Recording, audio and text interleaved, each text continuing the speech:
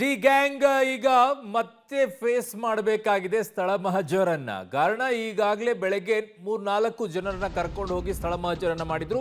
Body ಎಲ್ಲಿ ಸಿಕ್ಕಿದೆ ಅಲ್ಲಿ. ಆದ್ರೆ ಇನ್ನೊಂದು ಕಡೆಗೆ ಹತ್ಯೆ ಆಗೋ ಮುಂಚಿತವಾಗಿ ಎಲ್ಲ ಏಟ್ ಕೊಟ್ಟಿದ್ರಲ್ಲ, ವಧೆ ಕೊಟ್ಟಿದ್ರಲ್ಲ, ಆ ಜಾಗಕ್ಕೂ ಕೂಡ ಈಗ ಕರ್ಕೊಂಡು ಬಂದಿದ್ದಾರೆ. ಇಲ್ಲಿ 13 ಆರೋಪಿಗಳನ್ನ ಕರ್ಕೊಂಡು ಬಂದಿದ್ದಾರೆ. ಕಾರಣ ಪಟ್ಟಣಗೆರೆ ಶೆಡ್ನಲ್ಲಿ ಏಟ್ ಕೊಟ್ಟಿರೋರು ಎಲ್ಲರೂ ಒಟ್ಟು 17 ಜನ ಇದ್ದಾರೆ. ಸೊ ಅದರಲ್ಲಿ 13 ಜನ ಮಾತ್ರ ಈಗ ಸಿಕ್ಕಾಕೊಂಡಿದ್ದಾರೆ. ಇನ್ನು 4 ಜನ ತಲೆಮರೆಸಿಕೊಂಡಿದ್ದಾರೆ. ಈಗ ಅವ್ರನ್ನೆಲ್ಲ ಕರ್ಕೊಂಡು ಬಂದು ಸ್ಥಳ ಮಹಜರನ್ನ ಮಾಡ್ತಾ ಇದ್ದಾರೆ. ಆ ಶೆಡ್ನ ಒಳಗಡೆಗೇನೆ ಹಾಕಿ ಕಟ್ಟಿಗೆ ಪಟ್ಟಿಯಿಂದ ಏಟನ್ನ ಕೊಡ್ತಾರೆ. ಸೊ ಎಲ್ಲ ದೃಶ್ಯವನ್ನ ನೋಡ್ತಾ ಇದ್ರೆ ನಿಮಗೆ ನೇರ ದೃಶ್ಯಾವಳಿಗಳನ್ನ ತೋರಿಸ್ತಾ ಇದ್ದೀವಿ.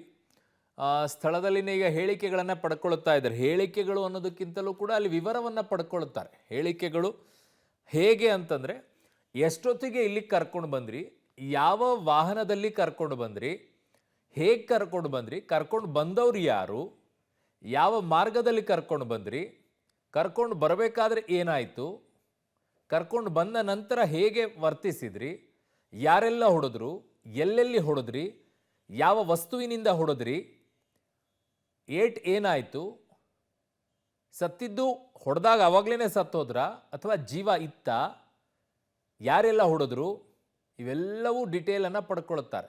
ಆಮೇಲೆ ಹೊಡೆದಿದ್ದಂಥ ವಸ್ತು, ಆ ಕ್ರೈಮ್ ಅಪರಾಧ ಮಾಡೋಕ್ಕೆ ಬಳಕೆ ಮಾಡಿರುವಂಥ ವಸ್ತು ಏನಿರುತ್ತೆ, ಅದು ಕಟ್ಟಿಗೆ ಪಟ್ಟಿ ಆಗಿರ್ಬೋದು, ರಾಡ್ ಆಗಿರ್ಬೋದು, ಚಾಕುನೇ ಆಗಿರ್ಬೋದು, ಇನ್ನೇನಾಗಿರ್ಬೋದು, ಅದನ್ನು ಎಲ್ಲಿದೆ ಅಂತ ಕೇಳ್ತಾರೆ.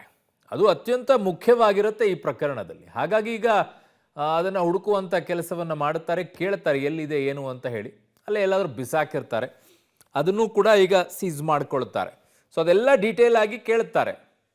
ಆಮೇಲೆ ಅದಾದ ನಂತರ ಎಷ್ಟೊತ್ತಿಗೆ ಅವನು ಸತ್ತ ನಂತರ ಏನು ಮಾಡಿದ್ರಿ, ನೀವೆಷ್ಟೊತ್ತನ ಅಲ್ಲಿದ್ರಿ, ಯಾರ್ಯಾರು ತೊಗೊಂಡು ಹೋದ್ರಿ, ಇವೆಲ್ಲ ಡೀಟೇಲನ್ನು ಅಲ್ಲಿ ತೊಗೊಳ್ತಾರೆ. ನನ್ನ ಸಹೋದ್ಯೋಗಿ ಈಗ ಮಸೂದ್ ನನ್ನ ಸಂಪರ್ಕಕ್ಕೆ ಸಿಗ್ತಾ ಇದ್ದಾರೆ. ಮಸೂದ್, ಏನಾಗ್ತಾ ಇದೆ ಈಗ ಪಟ್ಟಣಗೆರೆ ಶೆಡ್ನ ಒಳಗಡೆಗೆ ಸ್ಥಳ ಮಹಜರ್ನ ನಡೀತಾ ಇದ್ದಂಥ ಜಾಗದ ಬಳಿ?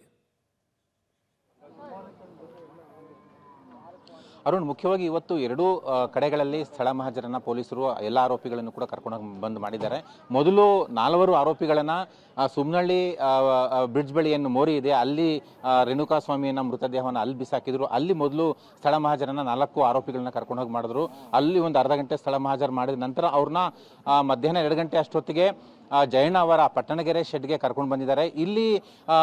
ಇಲ್ಲೇ ಅವ್ರಿಗೂ ಆರೋಪಿಗಳಿಗೆ ಊಟ ಕೊಟ್ಟರು. ಯಾಕೆಂದ್ರೆ ಇಲ್ಲಿಗೆ ದರ್ಶನ್ ಮತ್ತೆ ಇತರ ಆರೋಪಿಗಳನ್ನು ಕೂಡ ಕರ್ಕೊಂಡು ಬರೋದಿತ್ತು. ಆ ಹಿನ್ನೆಲೆಯಲ್ಲಿ ಇಲ್ಲೇ ಅವ್ರಿಗೆ ಮಧ್ಯಾಹ್ನದ ಊಟ ಸಪ್ಲೈ ಮಾಡಿದ್ರು. 3:45 ಅಷ್ಟೊತ್ತಿಗೆ ಅಶೋಕ್ ನಗರ ಪೊಲೀಸ್ ಠಾಣೆಯಿಂದ ದರ್ಶನ್, ಪವಿತ್ರ ಗೌಡ ಮತ್ತೆ ಇತರೆ ಆರೋಪಿಗಳನ್ನ ಇಲ್ಲಿಗೆ ಕರ್ಕೊಂಡು ಬಂದ್ರು. ಒಟ್ಟು 13 ಆರೋಪಿಗಳನ್ನು ಸದ್ಯಕ್ಕೆ ಇಲ್ಲಿ ಕರ್ಕೊಂಡು ಬಂದು ಸ್ಥಳ ಮಹಜರನ್ನ ಮಾಡ್ತಾ ಇದ್ದಾರೆ. ಮುಖ್ಯವಾಗಿ ಇವತ್ತು ಮಧ್ಯಾಹ್ನದವರೆಗೂ ಕೂಡ ಅಶೋಕ್ ನಗರ ಪೊಲೀಸ್, ಅನ್ನಪೂರ್ಣೇಶ್ವರಿ ನಗರ ಪೊಲೀಸ್ ಠಾಣೆಯಲ್ಲೇ ಪೊಲೀಸರು ವಿಚಾರಣೆ ಮಾಡಿದ್ದಾರೆ. ಒಂದಷ್ಟು ಮಾಹಿತಿಗಳನ್ನು ಕೂಡ ಕಲೆ ಹಾಕಿದ್ದಾರೆ. ಆದರೆ ಸ್ಥಳ ಮಹಜರಲ್ಲಿ ಇನ್ನೊಂದಷ್ಟು ಹೆಚ್ಚುವರಿ ಕೇಸ್ಗೆ ಸಂಬಂಧಪಟ್ಟಂತಹ ಪೂರಕ ಆಗುವಂತಹ ಕೊಲೆ ಯಾವ ರೀತಿ ನಡೆದಿದೆ ಅನ್ನುವಂತಹ ವಿಚಾರಕ್ಕೆ ಪೂರಕವಾದಂತಹ ಮಾಹಿತಿಗಳು ಸಿಗ್ತವೆ. ಯಾಕಂದ್ರೆ ಸ್ಥಳದಲ್ಲೇ ಬಂದು ಆರೋಪಿಗಳು ಎಲ್ಲೆಲ್ಲಿ ಏನೇನಾಯ್ತು, ಮತ್ತೆ ರೇಣುಕಾಸ್ವಾಮಿಗೆ ಏನೇನು ಮಾಡಿದ್ರು, ಕೊಲೆ ಯಾವ ರೀತಿ ಮಾಡಿದ್ರು, ಯಾವಾಗ ಕರ್ಕೊಂಡು ಬಂದಿದ್ರು, ಎಲ್ಲೆಲ್ಲಿ ಅವ್ರನ್ನ ಕೂರಿಸಿದ್ರು, ಎಲ್ಲ ಪಿನ್ ಟು ಪಿನ್ ಮಾಹಿತಿಯನ್ನು ಕೂಡ ತನಿಖಾಧಿಕಾರಿಗಳಿಗೆ, ಪೊಲೀಸರಿಗೆ ಆರೋಪಿಗಳು ಕೊಡ್ತಾರೆ. ಆ ಹಿನ್ನೆಲೆಯಲ್ಲೇ ಈಗ ಸ್ಥಳ ಮಹಜರು ಆರಂಭ ಆಗಿದೆ. ಹತ್ತತ್ರ 5:30 ಅಥವಾ 6 ಗಂಟೆವರೆಗೂ ಕೂಡ ಇಲ್ಲಿ ಸ್ಥಳ ಮಹಜರ್ ನಡೆಸಲಾಗುತ್ತೆ. ಜೊತೆಗೆ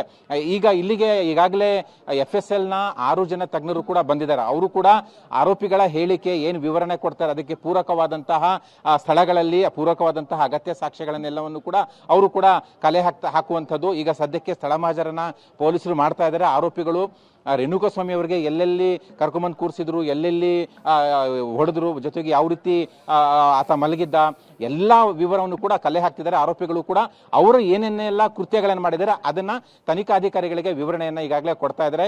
ಇಲ್ಲಿ ದರ್ಶನ್ ಆರೋಪಿಯಾಗಿರುವಂತಹ ನಟ ದರ್ಶನ್ ಅವರು ಕೂಡ ಇಲ್ಲ ಇದ್ದಾರೆ. ಅವರಿಂದನೂ ಕೂಡ ಇಲ್ಲಿ ವಿವರಣೆಯನ್ನ ಪಡ್ಕೊಳ್ತಾರೆ.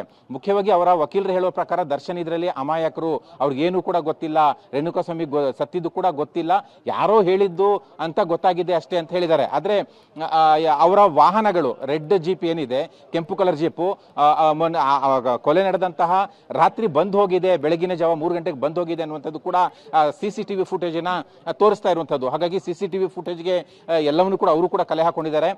ಅದಕ್ಕೆ ಪೂರಕವಾದಂತಹ ಸಾಕ್ಷ್ಯಗಳನ್ನು ಇಲ್ಲಿ ಹುಡುಕಾಟ ನಡೆಸಲಾಗ್ತಿದೆ. ಒಟ್ಟಾರೆಯಾಗಿ ಈಗ 13 ಜನ ಆರೋಪಿಗಳು ಕೂಡ ಅವರ ಮೂಲಕ ಸ್ಥಳ ಮಹಾಜರನ್ನ ಪೊಲೀಸರು ಮಾಡ್ತಾ ಇದ್ದಾರೆ. ಎಲ್ಲಾ ಸಾಕ್ಷ್ಯಗಳನ್ನು ಕೂಡ ಕಲೆ ಹಾಕ್ತಾರೆ. ಈಗಾಗಲೇ 6 ದಿನಗಳ ಪೊಲೀಸ್ ಕಸ್ಟಡಿಯಲ್ಲಿ ಇವತ್ತು ಮೊದಲ ದಿನವೇ ಇಷ್ಟೊಂದು ತೀವ್ರವಾದಂತಹ ವಿಚಾರಣೆಯನ್ನ ಪೊಲೀಸರು ಕೈಗೊಂಡಿದ್ದಾರೆ. ಇನ್ನು 5 ದಿನಗಳ ಕಾಲ ಬಾಕಿ ಇದೆ.